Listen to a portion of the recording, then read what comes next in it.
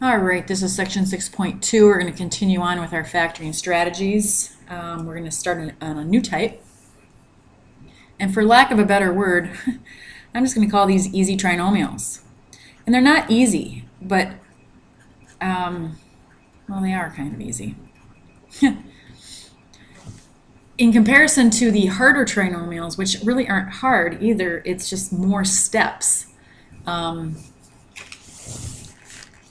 You know, there is no real term for these. So, in any case, trinomials. What does that mean? That means tri. That means it's a three-termed polynomial. Okay, so these are very specific to three-termed polynomials, and they have to be in this form for it to work. Okay, we have to have a variable. It doesn't have to be an x, like up above there you can see it's a v. But it has to be, you know, your x squared, x, no x. It has to be in that order. And then it has to have an a, b, and a c, which are the coefficients, or the constants in front. Okay? So you can see that this one, v squared plus 7v plus 6, qualifies. It's got the v squared, v, no v.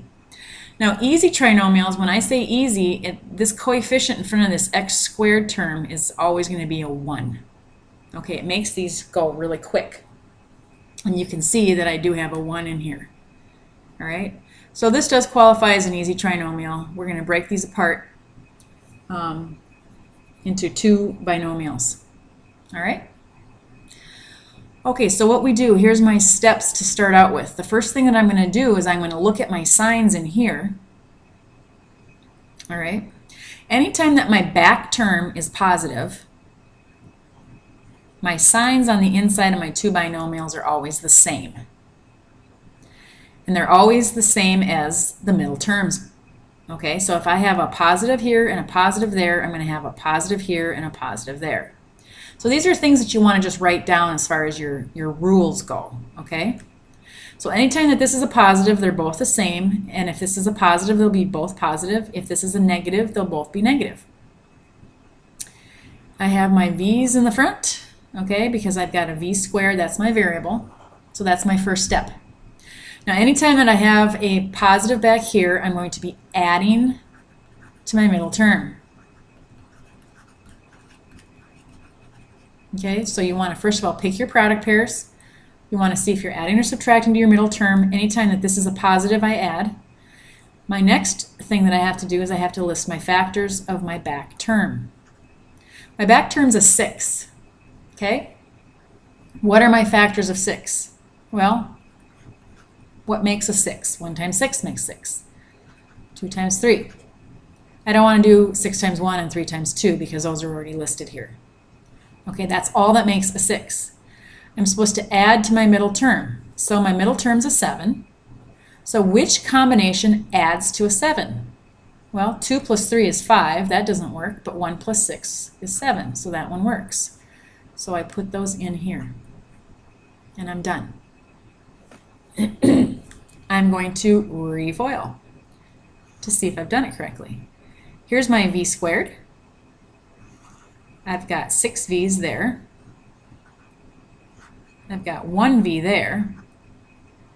And I've got a positive 6 there. These can be combined. So I have v squared plus 7v plus 6. Okay? So again, on a test situation, you're going to always want to redistribute, refoil to see if you get back what you started with. All right, when is a trinomial not factorable? It's not factorable when you can't add to the middle term. Let's say neither one of these worked. Neither one of them added to a 7, then it's not factorable. Okay? And I don't believe I assigned any like that, but that's just kind of like an FYI. Oh, we should probably put that in.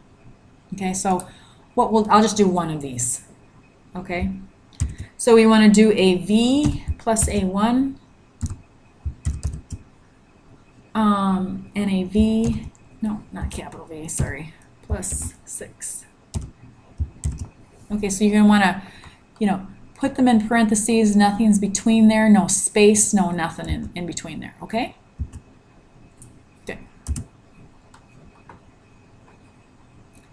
I'm going to try to pick out the different ones here. All right, so now we have, let's just see if I have one that's got a, let's do this one first. I'll come back to number 3. I just want to do another one with a plus in the inside there. All right, so I have, what's with the v's, but I have v squared minus 10v plus 16. All right. So the first thing that I'm going to do is I'm going to pick my product pairs. I know I have a v in the front because that's my variable. I know I have a positive, so both of the signs are the same, and they're both going to be negative this time. Minus, minus. Okay? That's where I start. Now I'm going to start making factors of 16. Again, I'm going to add to my middle term because I have a positive here. Okay, I've got what? 1 times 16. I've got 2 times 8. I have 4 times 4. I have nothing else. I'm adding to a 10. Just disregard this negative right now. Do any of these add to 10? Well, yeah, that one does. So I just throw them in there. So now let's refoil. Here's my v squared. Now I have a negative 8v and a negative 2v and a positive 16. And these recombine here for the negative 10. See, if they're both negative, then it works because I've got to get to a negative 10. All right? So let's go to number 3, like I promised. So now we have a b squared plus 2b minus 35. All right, pick my product pair. My variable is a b, so that's going to go on the front. This time I have a negative in the back. All right, so that means I have to have one of each. All right, and when I have one of each, then I subtract to my middle term. So that back number tells me, first of all, if they're the same or different, and it also tells me if I add or subtract to the middle term. I have a middle term of 2, okay? So what makes a 35? Well, I have 1 times 35. I have 5 times 7 or 7 times 5, whatever. Is that it? I think so. But this subtracts to a 2. 7 minus 5 is 2. So I do have a pair that works. Now here's just one extra step that you have to look at. My middle term here is positive.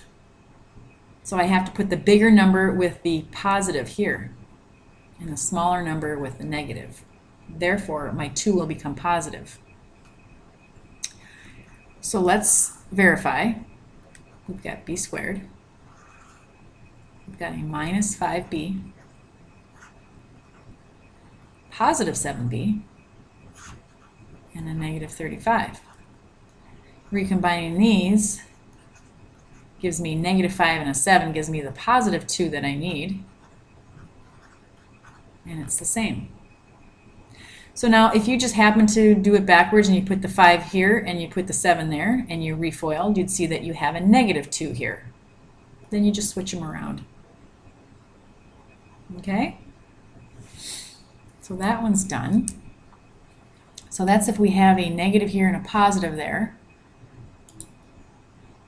And that one's the same.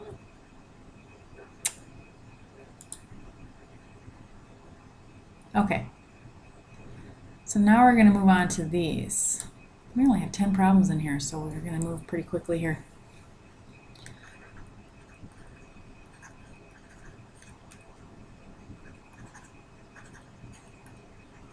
All right. Kind of looks like a mess, doesn't it? What's messing it up? The j's. If I had this, doesn't it match that ax squared plus bx plus c form? Yeah, it does. So what I'm going to do is I'm going to just disregard my j's for the time being. I don't want to even think about them. I'm just going to factor this. Okay? Okay. My variable's v. I have a negative in the back, therefore I have 1 plus 1 minus. I'm subtracting to my middle term. What makes a 32? 1 times 32. 2 times, what is it, 16? 4 times 8. Is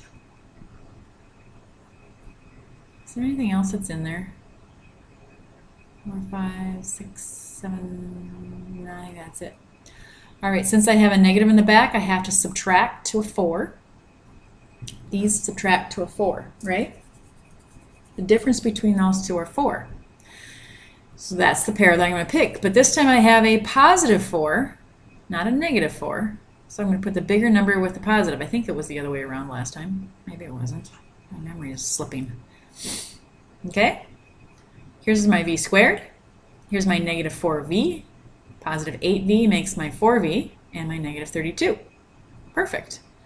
But that's not what I started out with. I started out with this, with these stupid j's in there. Well, how do I make a 32j squared in the back? Well, I would just throw a j in there, don't I? Now refoil it. Here's my v squared. This is a negative 4vj. This is a positive 8vj. And this is my negative 32j squared. These can be combined because they're the same. So I've got 4vj's minus 32j squareds. So sometimes you have to mess with these. Sometimes you have to throw something out and put it back in later. It's a lot easier to see where that j squared is going to come from when it looks like this than when it looks like that. Okay, so if it helps you, take out the piece that's bothering you, which are the j's, factor, and then throw them in the end. Okay?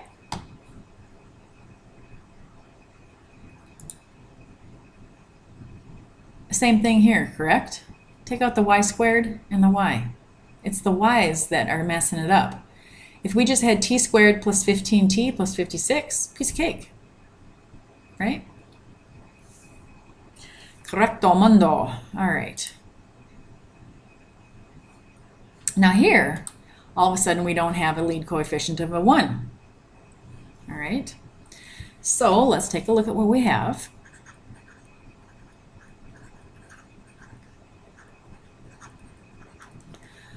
Well, can I force it into a 1? Well, sure. Look at these numbers, 2, 20, and 42. What do they have in common? They have a 2 in common. So I can take the 2 out because it's a GCF from last section. So I'm going to divide through. I can't take a b out because this one doesn't have a b. But I can take the 2 out. I'm going to divide through by 2 and see what's left. I've got my b squared. Negative 20 divided by 2 is negative 10. I've still got that b, right, this one. And this is a positive 21. 42 divided by 2. Now, isn't this what we're working with? So it's 2 times this, and this can be broken apart. So I'm just going to work within this one. So I'm going to drag my 2 down, goes along for the ride, and I'm just going to work with this now. My variable's a b. I'm going to have the same signs, and they're both going to be negative. I'm going to be adding to my middle term. So I'm going to make factors of 21, which are 21 times 1 and 3 times 7. They have to add to a 10, so I'm going to pick this pair. And I'm done. So if I would refoil, I get this. And if I redistribute, I get that. So I can work my way backwards to see if I've altered it at all. Okay?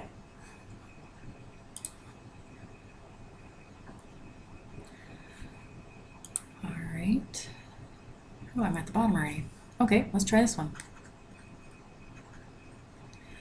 Boy, I don't even have, remember my ax squared plus bx plus c. I've got a cubic here. I don't even have anything that's near the same. But again, I do have a GCF. Okay, I'm just going to do this so I don't get this mixed up here. All right, I'm going to put my GCF here. I'm going to see what's left. Between a 3, a 15, and an 18, I've got a 3. That's going to wipe this term out. That's great. Between an x cubed, x squared, and 1x, I've got an x. So what I'm trying to do is I'm trying to force it into that pattern of the ax squared plus bx plus c. By factoring out my GCF, it might turn into that. Okay, 3's are gone. These are all 1's down here. So I have the x squared left. That's perfect. Here I have a 5 with an x, right? X squared divided by x.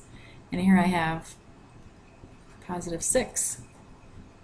This is workable. I'm just going to drag my 3x along with it. And I'm just going to break this apart now. My variable is an x. I have the same sign, and they're both positive.